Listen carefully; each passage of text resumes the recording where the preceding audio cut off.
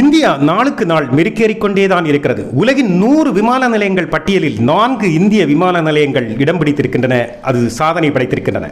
உலகில் 565 விமான நிலையங்களில் ஸ்கைட்ராக்ஸ் என்ற பிரிட்டிஷ் விமான போக்குவரத்து ஆராய்ச்சி நிறுவனம் நடத்திய ஆய்வின் முடிவில் வெளியிட்ட 100 சிறந்த விமான நிலையங்களின் பட்டியலில் தான் டில்லி இந்திரா காந்தி சர்வதேச விமான நிலையம் 32வது இடத்தையும், பெங்களூரு விமான நிலையம் 48வது இடத்தையும், ஹைதராபாத் விமான நிலையம் 56வது இடத்தையும், மும்பை விமான நிலையம் 73வது இடத்தையும் பிடித்து சிறப்புற்றிருக்கிறது.